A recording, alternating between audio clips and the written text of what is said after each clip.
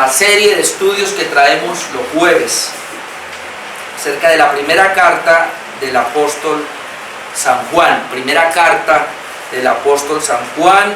Este sería el estudio número 10 de esta serie de mensajes que traemos en este estudio, en esta epístola del apóstol San Juan. Ya estamos terminando el capítulo 2, vamos a terminarlo en este día, así que hoy les invito a leer Primera de Juan, capítulo 2, los últimos dos versos, es decir, el versículo 28 y el versículo 29. Vamos a leerlo en esta noche. Dice así la palabra de Dios: y ahora, hijitos, permaneced en Él, para que cuando se manifieste tengamos confianza, para que en su venida no nos alejemos de Él avergonzados. Si sabéis que Él es justo, sabed también que todo el que hace justicia es nacido de Él. Amén. El tema de esta noche sería nuestra confianza en Dios. Nuestra confianza en Dios. Y estos dos versos, hermanos, están formando como un puente entre estos dos capítulos, el capítulo 2 y el capítulo número 3. Porque en el versículo 28 vemos un pequeño resumen de lo que sería el capítulo 2, que habla acerca del permanecer en Él. Recuerden que en el capítulo 2 comenzamos hablando acerca, pues primero, de que Él es nuestro abogado, deberíamos guardar sus mandamientos, llegamos al punto de no amar al mundo, luego comenzamos a mirar lo que son los anticristos y terminamos con la parte hace 8 días de la unción del santo. Entonces todo esto nos tiene que llevar a un punto, y es lo que dice el versículo 28, como despidiendo ese capítulo, dice: y ahora, hijitos, permaneced en Él. O sea, como consecuencia de lo que venimos mencionando, permanecer en Él. Pero el versículo 29 nos introduce al capítulo 3, porque dice: y sabéis que Él es justo, y así también debemos ser justos. Entonces luego comienza a hablar de los hijos de Dios, cómo deben caminar en justicia, cómo deben dejar el pecado, no vivir el pecado, sino vivir prácticamente en la justicia. Entonces esos dos versículos son una especie de introducción, y por eso los dejamos solos para tratar de mirarlos. Y el tema sería la confianza en Dios. Bien, entonces vamos a ver la primera parte del versículo 28, que sería una conclusión del capítulo 2, que sería la permanencia en Él. La primera parte nos va a llevar ahora el apóstol Juan a lo que viene hablando. O sea, si bien es cierto que hay gente que ama este mundo, entonces los hijos de Dios, los creyentes, no pueden amar este mundo, porque si lo aman, el amor del Padre no está en Él. Y no sé si, no tengo que publiqué esa imagen hoy, creo que fue en el Facebook, donde el pastor Paul Wasser fácilmente dice: mire, si usted es un hijo de Dios, usted no ama este mundo. Ahora, si usted ama este mundo, sencillo, usted no es un hijo de Dios. Ya. O sea, Él no le da vueltas al asunto. Aquí no hay que darle vueltas. Si yo soy un hijo de Dios, yo ya no amo al mundo, sino que amo al Padre, y lo que estamos mirando acá. Pero si yo no soy hijo de Dios, pues esa es la razón por la cual amo este mundo y me envuelvo en este mundo. O sea, yo le decía a mi esposa: aquí no hay más que decir. Esa es la evidencia. Por eso el Evangelio de Juan, la carta de Juan, esta primera carta de Juan, por lo menos el pastor Paul Wasser encuentra 12 evidencias de un hijo de Dios. Y basta evaluar y mirar si esas evidencias están en mí, y podré decir si soy hijo de Dios o no. Pero una de ellas es como él comienza aquí, versículo 28, y ahora, o sea, como consecuencia de lo que venimos diciendo, después de que nosotros hemos dejado este mundo, amamos a Dios, después de que nosotros permanecemos, recuerden que nos hemos quedado ahí con los anticristos, y ahora los domingos con los anticristos, de que salieron de nosotros, pero no eran de nosotros, porque hubieran sido de nosotros y hubieran permanecido con nosotros. Entonces nosotros, ahí se usa como los hijos de Dios, por eso los llama hijitos. Y ahora, luego Él nos habló acerca de que tenemos la unción del Santo. Yo les decía hace 8 días, un regenerado tiene la unción, en este caso el Espíritu Santo, que fue dado por el Padre, que fue dado por el Hijo, por eso se llama la unción del Santo. El Santo es Jesucristo, pero la unción es el Espíritu Santo que está en nosotros, que yo les decía, acuérdense, somos ya regenerados, tenemos al Espíritu Santo en nosotros, Él nos enseña, y no necesitamos que ni, cuando dice aquí que lo dejamos claro los 8 días, no necesita que nadie os enseñe. Juan nunca está hablando aquí de que entonces ya nadie me va a enseñar como algunos suponen por ahí, sino que está hablando es que yo no necesito que venga un testigo de Jehová a enseñarme, yo no necesito que venga un mormón, yo no necesito que venga el séptimo día, o sea, yo ya tengo la unción del Espíritu Santo y Él me ha llevado a toda la verdad. Yo no necesito que venga ningún impío o ninguna secta o ningún anticristo de estos a enseñarme, porque está perdido. El Espíritu Santo ya me enseñó, y Él me enseñó por medio de nuestros maestros, por medio de los pastores. Hoy precisamente en el Facebook, en una página, decía algo así, porque se preguntaba una pregunta que si era necesario la historia del cristiano, que si el cristiano hoy día necesitaba conocer la historia de la iglesia, de lo que creyó la iglesia anterior, y alguien paraba por ahí y decía que no, que lo único que necesitamos es al Espíritu Santo y la Biblia, y pare de contar.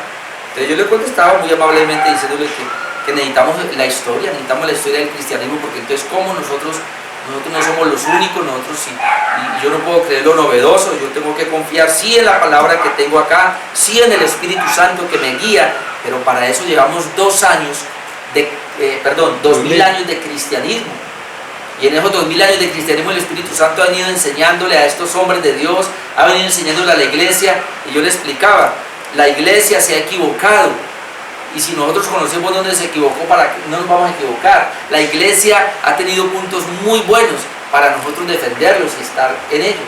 O sea, la rueda, hermanos, no hay que inventarla, ya está inventada. Lo que tenemos que hacer es conocerla, ¿sí o no? ¿Ya? Entonces ese es el punto. Entonces sí necesitamos la historia, y obviamente acá, cuando dice que la unción nos enseña, se refiere al Espíritu Santo que nos enseña por medio de maestros que Dios ha puesto ahí. Entonces por eso Él viene y dice, bueno, entonces ahora, hijitos, otra vez la palabra hijitos es porque es a los hermanos, a la iglesia, permanecer en Él, permanecer en Él. Recuerde otra vez la conexión que hacemos, salieron de nosotros, pero no eran de nosotros. ¿Por qué? Porque si hubieran sido de nosotros, hubieran permanecido con nosotros. ¿Pero para qué salieron? Para que nos diéramos cuenta de que no todos son de nosotros. Una evidencia fundamental de que verdaderamente soy hijo de Dios es la perseverancia de los santos. Por eso es un punto, de los 5 puntos de la gracia, la última, la perseverancia de los santos. El que persevere hasta el fin, este será salvo. Pero perseverar, permanecer ¿en quién? No en una iglesia, no en una iglesia. Es más, me atrevo a decir, ni siquiera en una doctrina, dependiendo obviamente la doctrina, sino permanecer en Él. Dice, y ahora, hijitos, permanecer en Él, o sea, permanecer en Cristo. Esa es la idea. ¿Por qué? Porque Cristo es la cabeza. La iglesia es el cuerpo de Cristo, de donde cada uno de nosotros somos miembros del cuerpo. Y los miembros del cuerpo deben permanecer en el cuerpo, y una vez permanecido en el cuerpo que es de Cristo, Cristo como cabeza, entonces somos hijos de Dios. Ahora, ¿quién puede permanecer? ¿Quién es miembro que puede permanecer en el cuerpo y tener a Cristo como cabeza? Un regenerado. Si no es regenerado, si no tiene el Espíritu Santo, no. Por eso mucha gente va a permanecer en una iglesia local. Mucha gente puede permanecer inclusive en un concepto de doctrina. Mucha gente puede permanecer inclusive estudiando la Biblia toda la vida. Pero si él no permanece en Cristo, que es la cabeza, y por ende en el cuerpo, que es la iglesia de Cristo, pues no hay nada. Por eso otro que diga que pertenece a Cristo, pero no se congrega, está en la casa, dice que se congrega en Enlace, que se congrega en YouTube, y sus predicadores favoritos, pero que se queda en su casa, él no es miembro. porque el miembro necesita el cuerpo. Y la cabeza no anda por ahí desmembrada, o sea, no, Cristo no es cabeza de un miembro, Cristo es cabeza del cuerpo. Amén. Eso es muy importante. Y otra vez, yo voy a defender esto porque es que cada día lo encuentro mejor en la Biblia. Dios lo bendice a usted en su casa. Usted puede orar, pero allá usted es un miembro. En cambio, cuando usted se reúne así como hoy, aquí con nosotros, usted hace parte del cuerpo de Cristo. Y Cristo es cabeza aquí. Allá, no me diga allá, yo no sé, porque yo sé que Él es cabeza de su cuerpo, no de miembros. O muestre un versículo que diga que Él es cabeza de miembro. Entonces, permanecer en Él aquí es una indicación de que yo permanezco en la iglesia, yo permanezco en el cuerpo de Cristo y por eso permanezco en Él como cabeza, como lo vamos a ver ahora, obviamente, en otros textos que dice acá. Ok, entonces, queridos hijitos, permanecer en Él, se habla de la perseverancia de los santos, permanecer en Él es nuestra confianza entonces y es la prueba de que somos sus hijos. Amén. Permanecer en Él es la confianza de nosotros y la prueba de que somos sus hijos. Ahora yo quiero que miremos, porque cómo yo puedo definir la perseverancia o por qué perseverar. Yo creo que Jesucristo fue el mayormente claro para explicarlo y tenemos que ir a Juan capítulo 15, por favor. Y en Juan capítulo 15 vamos a ir verso a verso, porque es que para poder ir mirando, y no las conté, pero por lo menos vamos a tratar de mencionar las que podamos ver de las razones por las cuales debemos de permanecer. Y el ejemplo más claro que el Señor pone de permanecer es la vid y las ramas. La vid y las ramas. Piense usted en un árbol con sus ramas. Dice así Juan 15, el Evangelio de Juan capítulo 15 verso 1: yo soy la vid verdadera, porque hay vides falsas lamentablemente, pero Jesús dice: yo soy la vid verdadera, mi Padre es el labrador. Esto es impresionante porque el Padre entonces va cuidando esa vid, la va limpiando. Todo pámpano, entonces aquí nos habla de pámpano, seríamos los miembros. Todo pámpano que en mí no lleva fruto, lo quitará, y todo aquel que lleva fruto, lo limpiará para que lleve más fruto. Vamos a ir teniendo en cuenta esa palabra fruto. El Padre va a limpiar esa vid para que lleve más fruto, el pámpano. Ya vosotros estáis limpios por la palabra que os he hablado. Entonces aquí ya entendemos que son regenerados, ya están limpios, o sea, ya fueron justificados, que es lo que Juan está hablando, hijitos, ya fueron justificados. Entonces aquí le está hablando a la iglesia, que somos los pámpanos. Pero luego comienza a hablar, no sé cuántas veces, realmente no las conté, vamos a tratar de contarlas. Permaneced, está la primera. Permaneced en mí. ¿Qué es lo que dice Juan? Allá, hijitos míos, permaneced en Él.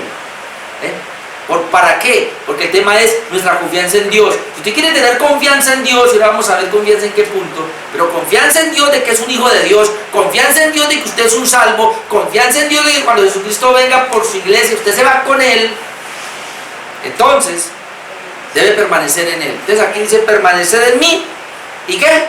Y yo en vosotros. Hermano, es lo que vamos a ver esta noche, que las dos cosas están ahí. Hay una especie de interacción, digámoslo así, donde yo permanezco como pámpano, como rama en Cristo, que es la vid verdadera, pero paralelo a eso, Cristo permanece en mí, de donde las dos deben funcionar. No es que Cristo permanece en mí, pare de contar. No es que yo permanezco en Cristo. Hay mucha gente que dice: ah, yo soy de Cristo. Pero si Cristo dice: pero yo no soy tuyo. ¿No? Y ahora, si Cristo dice: usted es mío, alguien puede decir: no, yo no soy de Cristo. Pero es que si Cristo dice: usted es mío, ahí ya somos de Él. O sea, entonces, el que diga: yo soy de Cristo, tiene que tener una evidencia. Pero si Cristo dice: Él es mío, obviamente también está la evidencia. Pero entonces acá son las dos cosas. Entonces, 4, permaneced en mí, yo en vosotros. Por el ejemplo, como el pámpano no puede llevar fruto por sí mismo si no permanece en la vida, así tampoco si no permanecéis en mí. Te habla de la permanencia. Ahí apareció 3 veces la palabra permanencia, ¿no? Como el pámpano no puede llevar fruto por sí mismo si no permanece en mí, la segunda vez. Así tampoco vosotros si no permanecéis en mí, la tercera vez. Y está poniendo el ejemplo del pámpano y las ramas. Yo soy la vid, vosotros los pámpanos. El que permanece, como la cuarta, ¿no? En mí. El que permanece en mí y yo en él, este lleva mucho fruto. Estamos mirando también que está la palabra fruto, ahora hablamos del fruto. Porque separados de mí, nada podéis hacer. ¿Qué es lo que no podemos hacer separados del Señor? Porque alguien lo puede tomar muy general y dice, yo puedo hacer muchas cosas separados de Cristo. Está hablando es que el que permanece en la vid verdadera va a recibir la rica savia que viene de esa vid, y por medio de esa rica savia va a producir un fruto que viene de esa rica savia, y a ese fruto es el que se refiere. Si una persona dice que es cristiana pero no permanece en Cristo, ella nada puede hacer. ¿Qué es lo que nada puede hacer? No puede dar fruto de Dios. Porque para poder dar fruto de Dios, que es el que Dios aprueba, debe estar ligado a esa vid, debe permanecer en esa vid y esa vid permanecer en esa rama. Y entonces todo lo que viene de la vid, esa rica savia, pasa por mí, pasa por nosotros que somos ese pámpano. Entonces vamos a producir un fruto. ¿Qué fruto sería aquí? ¿Tener una iglesia grande? ¿Tener mucho dinero? ¿Estar sano? ¿Tener un buen hogar? No. El fruto aquí es tener el mismo carácter de Jesús. Y podemos ir a Gálatas 5, 21, 23, pero dice que el fruto del Espíritu es, y están los 9 puntos: amor, gozo, paz, paciencia, benignidad, bondad, fe, mansedumbre y templanza. Serían esas 9 características del fruto del Espíritu Santo. Mirándolo en otras partes de la Biblia, que podemos decir, el que permanece, porque ese es Cristo, ese fruto es de esa vida, el que permanece allí en su ramificación, va a producir ese tipo de fruto. Separados de mí, nada podéis hacer. O sea, usted puede hacer todo lo que se le dé la gana separado de Cristo, pero eso es ¿qué? Pecado. Es una obra mala. Eso no le computa sino para el infierno. Pero si nosotros estamos ligados a Él, lo que hacemos entonces viene de Él. Luego dice verso 6, el que en mí no permanece, ¿hace esta vez que la menciono? Sí. Será echado fuera como pámpano y se secará, y lo recogen y lo echan en fuego y arde. Eso apunta al versículo 2, todo pámpano que en mí no lleva fruto lo quitará. Y otra vez, hermano, por eso él está hablando acá y estamos tratando de coger todo de lo que son los falsos Cristo o los anticristos. Todos los anticristos que veíamos el domingo no pueden llevar fruto, están separados del Señor. Entonces, ¿qué va a hacer el Señor? Los va a amarrar en manojos, porque ellos se secan.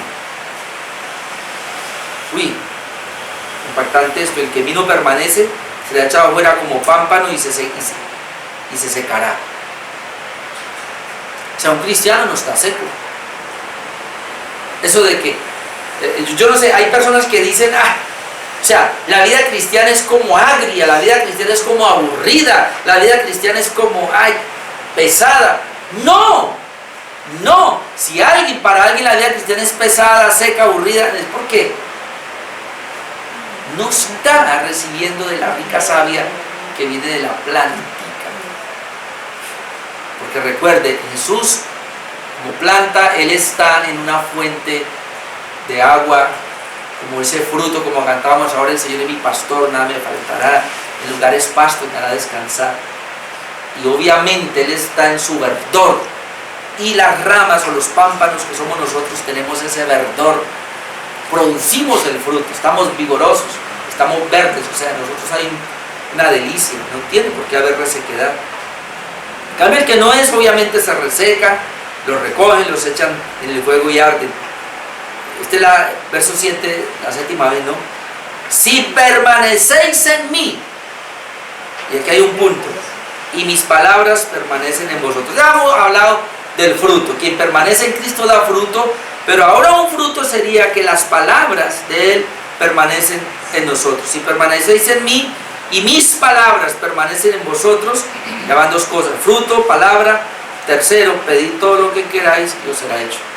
Sería, esto es impresionante, sería que uno puede orar y por estar permaneciendo en Dios hay respuesta a las oraciones. El Señor lo dice aquí: pida todo lo que quiera y será hecho. Ojo, todo lo que quiera es resultado de permanecer en la vida. Parecido al salmo que tenemos allá, acá. Bueno, en esta versión Reina Valera: deleítate en el Señor y Él te concederá los deseos de tu corazón. Encomiendas en tu camino, confía en Él y Él hará. Pudiéramos decir aquí más bien, bueno, sí, cuando usted se deleita en Dios, yo me deleito en Dios, conozco el corazón de Dios y luego yo voy a recibir las peticiones de mi corazón, porque mi corazón ha sido quebrantado, mi corazón ha sido entregado al Señor, ha sido renovado por el Señor y el Señor ha puesto sus deseos en mi corazón. Así que cuando yo oro conforme a la voluntad de Dios, cuando yo oro conforme al deseo de Dios. ¿Se da cuenta? O sea, la oración de un regenerado es una oración siempre conforme a la voluntad de Dios. ¿Quién era el que decía? Yo leí esta semana de alguien, es que no recuerdo quién, pero uno, me parece que era Benigín, no recuerdo, pero por ahí enseñó algo y él decía: todo cristiano que ora, que se haga la voluntad de Dios, que está equivocado, que está errado, que él no debe orar, que se haga la voluntad de Dios, porque tiene poder en su boca. Impresionante. Y entonces el mismo Jesús que dijo: Señor, no se haga mi voluntad sino la tuya. Juan que dice que si oramos conforme a la voluntad de Dios. Santiago que dice que oremos conforme a la voluntad de Dios. Entonces, o sea, parece que no entendida en la escritura. Por eso el cristianismo de hoy día es un cristianismo que no tiene a un Dios verdadero, sino un Dios que ellos han inventado, al cual le pueden ordenar y él tiene que someterse a las órdenes que ellos le dan. En cambio nosotros, el Dios de la Biblia, que es el Dios tuyo, el Dios mío, el Dios de la palabra de Dios, es aquel Dios que es soberano, que nosotros cuando oramos le decimos: Señor, si en tus manos está, yo te voy a hacer esta petición, pero esa petición nace de un corazón quebrantado, de un corazón rendido a Dios, de un corazón regenerado, guiado por el Espíritu Santo, porque la verdad no sabemos orar. Pablo dice claramente en Romanos 8, nosotros no sabemos orar como conviene, y si pedimos, pedimos mal, dice Santiago, para nuestros deleites, pero cuando nos rendimos y oramos conforme a la voluntad de Dios, entonces decimos: Señor, yo oro lo que tú dices, es tu voluntad. Entonces ese es el punto acá: si permanecéis en mí, permanecer en Cristo, y mis palabras permanecen en vosotros. Hermano, no hay oración contestada y no podemos orar si no permanecemos en Jesús y la palabra de Él permanece en mí. ¿Ven? Eso es lo que dice el verso 7: si permanezco en Él y la palabra de Él permanece en mí, pida todo lo que quiera y será hecho. ¿Por qué? Porque lo que voy a pedir será conforme a su voluntad, será conforme a su deseo. Entonces va fruto, la palabra de Dios, el orar. Versículo 8: en esto es glorificado la gloria para Dios, en esto es glorificado mi Padre, que llevéis mucho fruto y seáis así mis discípulos. Como el Padre me ha amado, verso 9, así también yo os he amado, permanecer en mi amor. Creo que es la 8, ¿no? Ahora dice: ahora debo permanecer en el amor de Jesús. Y luego comienza a escribir el amor. Si guardáis mis mandamientos, otro punto. ¿Cómo yo sé que permanezco en Él? Digamos, si podemos decir: ¿cómo yo sé que permanezco en Él? Porque doy fruto, porque la palabra de Él permanece en mí, porque oro conforme a su voluntad, porque el Padre está siendo glorificado, porque estoy llevando fruto, porque hay un amor en mí que sale a los demás hermanos. Permanezco en el amor, porque guardo sus mandamientos. Si guardareis mis mandamientos, permaneceréis en mi amor. Número 9, permanecer en el amor de Él. Así como yo he guardado los mandamientos de mi Padre y permanezco en su amor. Número 10, permanezco en su amor. Estas cosas os he hablado para que mi gozo esté en vosotros. Otro ingrediente, el gozo. Hermano, cuando tú permaneces en Él, el gozo se deja ver. Amén. Puede haber obviamente dificultades por una enfermedad, por la pérdida de un ser querido, por la pérdida de dinero, por la pérdida de un empleo, pues, qué sé yo, cuántas cosas usted puede, alguna dificultad, puede haber momentáneamente una tristeza, pero hermano, el gozo le invade todo eso, le derriba todo eso de un cristiano verdadero, porque dice, el amor está en él, pero además, 11, estas cosas os he hablado, para que mi gozo esté en vosotros y vuestro gozo sea cumplido, el gozo del Señor viene a estar en nosotros. No sé si eso es lo que querían decir con esa canción que decía que no puede estar triste un corazón que tiene a Cristo, algo así. Pero pues no está muy lejos de la realidad. Si decimos el gozo del Señor, un cristiano no pierde el gozo. Puede estar triste por algunas situaciones, pero ya el gozo lo invade otra vez. Porque eso es lo que dice acá. 12, este es mi mandamiento, que os améis uno a otros como yo os he amado. ¿Por qué? Porque el amor de Dios permanece en nosotros, podemos amar. 13, nadie tiene mayor amor que este, que uno ponga su vida por sus amigos, como lo hizo Cristo. 14, vosotros sois mis amigos si hacéis lo que yo os mando. Otra vez, permanecer en Jesús nos lleva a obedecer a Dios. 15, ya no os llamaré siervos, porque el siervo no sabe lo que hace su Señor, pero os he llamado amigos, porque todas las cosas que oí de mi Padre os las he dado a conocer. Hay una comunión con el Hijo, con el pámpano, la vid con el pámpano, que le comunica todo lo que el Padre le da. Por eso decíamos que puede reflejar esto. 16, no me elegisteis vosotros a mí. Ahora entendemos, pero ¿por qué perseveramos? ¿Por qué Juan, la carta que estamos viendo, se atreve a decir que permanezcamos en él? ¿Por qué ahora Cristo comienza a decir que permanezcan en mí? Porque si en mí no permanecen, yo los voy a sacar. Porque es que esta es la clave, verso 16. Porque es que yo no elegí a Cristo, sino que Él me eligió a mí. ¿Ve? Si Él me eligió a mí, yo permanezco. Entonces, no me elegisteis vosotros a mí, sino que yo os elegí a vosotros. Y algo más. Y os he puesto para que vayáis y llevéis fruto. ¿Y vuestro fruto qué? Permanezca. ¿Cuántas veces va la permanencia? 11. Para que todo lo que pidiereis al Padre en mi nombre, Él os lo dé. Ahí vuelve y toma lo que ya había dicho. Todo lo que pide al Padre en mi nombre, Él os lo dé. Esto os manda que os améis unos a otros. Entonces, hermano, todo lo que hemos leído aquí del capítulo 15 nos habla de lo que es la permanencia. Ahora, cuando Jesús hablaba del fruto, Él sabía lo que estaba diciendo. Y vamos a ir a Mateo 7 también para que lo miremos. Mateo 7:15. Jesús dice, sí, el que lleva fruto porque permanece en Él. Separados de Él nada podemos hacer, pero si estamos en Él vamos a llevar fruto y ese fruto va a permanecer. Ahora miren lo que dijo en Mateo 7:15, guardaos de los falsos profetas que vienen a vosotros con vestido de ovejas, pero por dentro son lobos rapaces. Por sus frutos los conoceréis. Ahora ya no es que Cristo nos conoce, según Juan, sino que ahora dice que nosotros podemos conocer a los falsos por los frutos. Y luego dice, ¿acaso se recogen uvas de los espinos o higos de los abrojos? Así, todo buen árbol da buenos frutos. Primero habla de por sus frutos conocemos al falso, pero ahora habla del bueno. Todo buen árbol da buenos frutos, pero el árbol malo da frutos malos. Y mire esto, no puede. Eso le decía yo a mi esposa, creo que era esta tarde o esta mañana. Porque a veces uno evalúa a las personas. Y tomando las palabras que le dije del pastor Paul Wasser, que dice, el que ama al mundo, pues el amor del Padre no está en él. Entonces yo tomo este versículo y yo digo, es que no puede. Vea, hermano, una persona que es un anticristo, pero está en una iglesia local, puede ser miembro de la iglesia local, pero si él no es regenerado, él no puede. No puede orar. Si lo ora, lo hace con fatiga. No puede leer la palabra. Si la lee, se le nublan los ojos y se duerme. No puede congregarse. Si se congrega, lo hace yo no sé por qué. Mucho menos puede mortificar su carne. No puede caminar en santidad. No puede obedecer la palabra de Dios. No puede. ¿Por qué? Porque él es un árbol malo y su fruto es malo. Por eso no puede.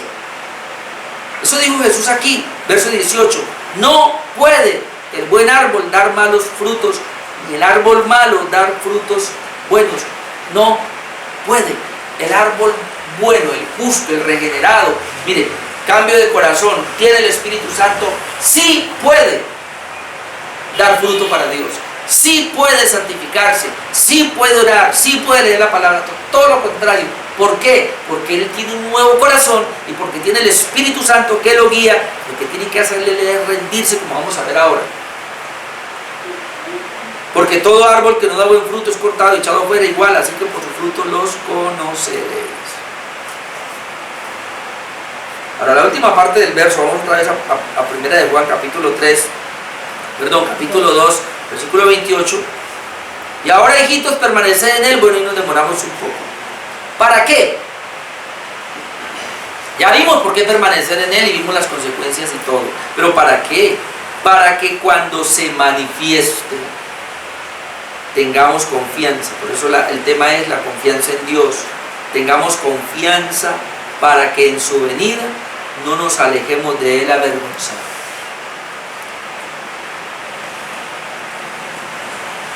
Esto es impresionante porque él vuelve a tocar los anticristos y le está diciendo: mire, estos anticristos salieron de nosotros porque no eran de nosotros. Por eso yo el domingo decía: y si no salen, van a salir. Si en una iglesia local, puede ser pequeña como esta, hay anticristos, ellos van a salir más adelante, y si no salen, el día de la venida de Cristo van a salir avergonzados. Es lo que dice el texto, vea. Hijitos, ahora permaneced en él. O sea, un cristiano verdadero permanece en Cristo. ¿Para qué? Para que cuando se manifieste, aquí es la segunda venida de Cristo, tengamos confianza, para que en su venida, en su segunda venida, no nos alejemos de él avergonzados. En otras palabras, hay confianza en Dios. Amén. Un hijo de Dios que permanece en Cristo tiene confianza en Dios. Y usted permanecer en él todo el tiempo, con la evidencia de la oración, con la evidencia del fruto, con la evidencia de permanecer en la palabra, con todo esto que veíamos en Juan capítulo 15, esa evidencia que se ve de que yo permanezco en él, me da confianza. La confianza de que soy su hijo, la confianza de que cuando él venga por segunda vez yo no me voy a dejar avergonzado. Pero cuando miramos el otro lado de los anticristos, ¿qué confianza van a tener? Si una persona se congrega en una iglesia, pero no hay fruto de y siempre dice: pero el pastor me la tiene montada porque siempre me dice lo mismo, siempre me habla del pecado que yo nunca puedo dejar, siempre me habla de esa vida pasada que yo nunca puedo abandonar, pero ¿hasta cuándo me va a molestar con eso?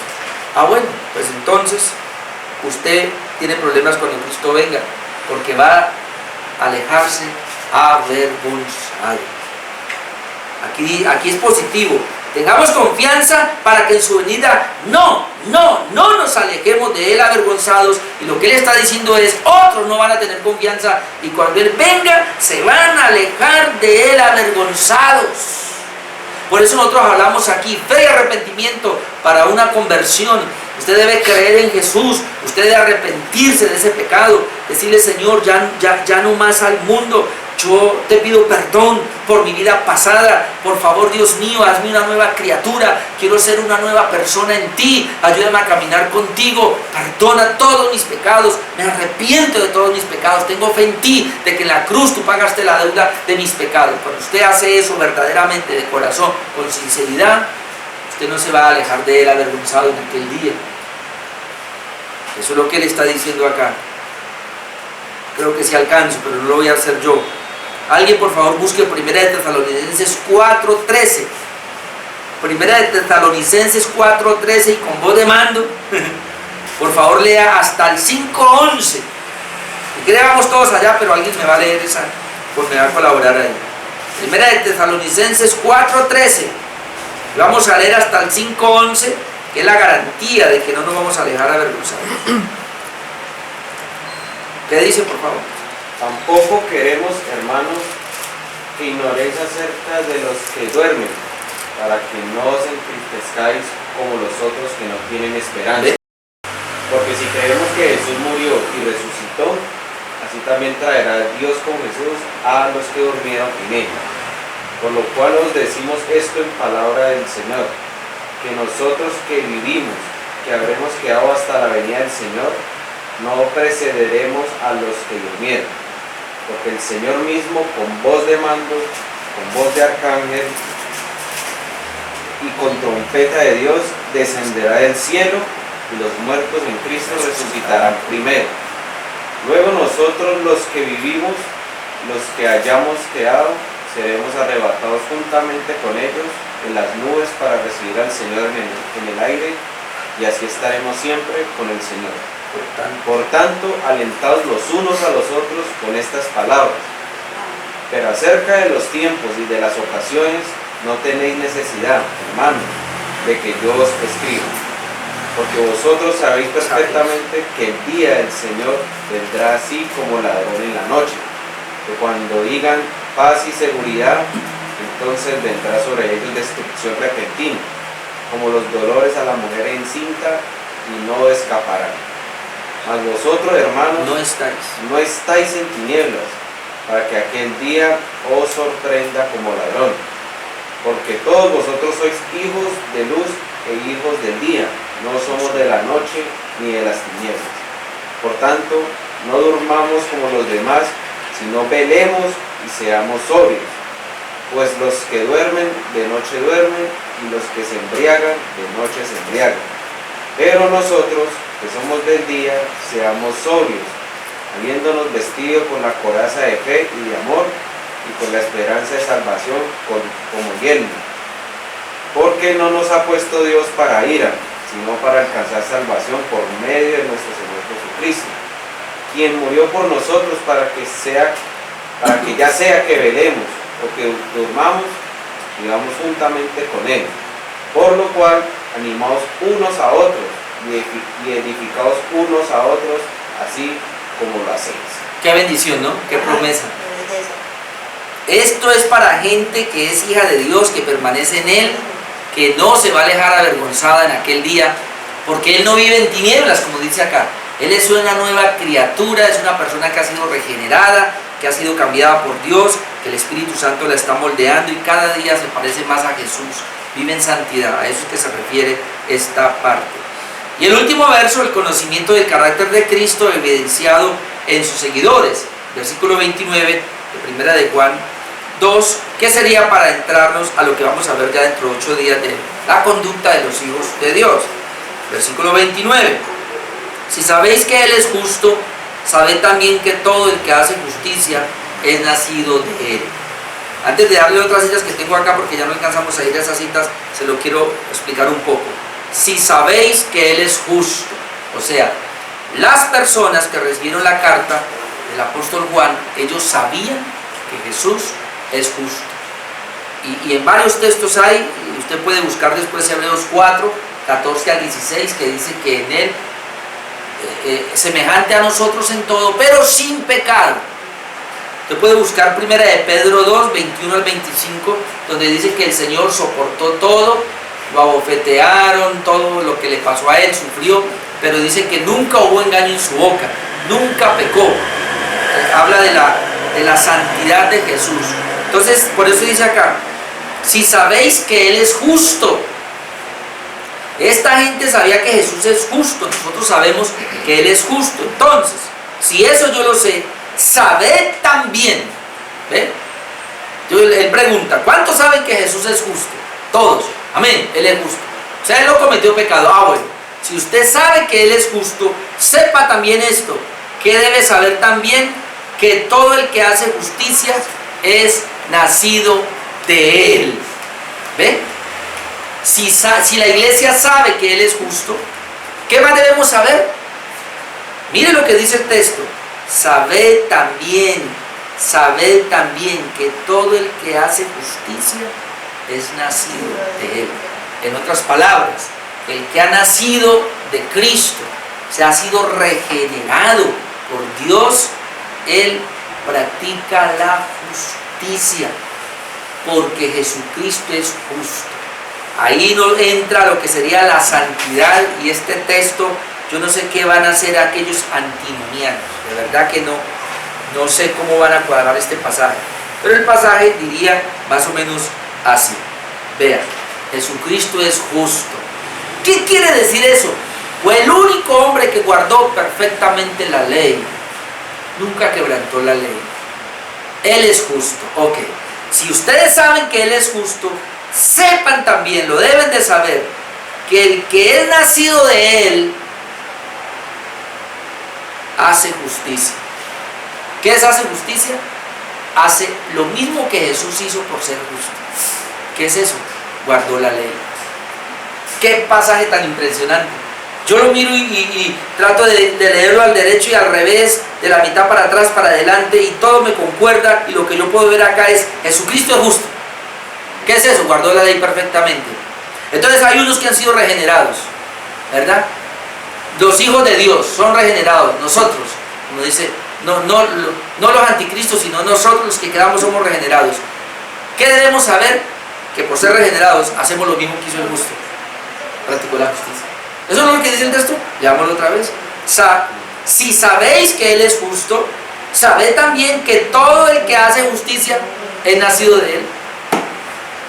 Aquí está hablando de la justicia del regenerado, no la justicia del mundo, sino la justicia del que es regenerado. Sabed que todo aquel que es regenerado hace la justicia. ¿Y qué hace la justicia? Guardar la ley.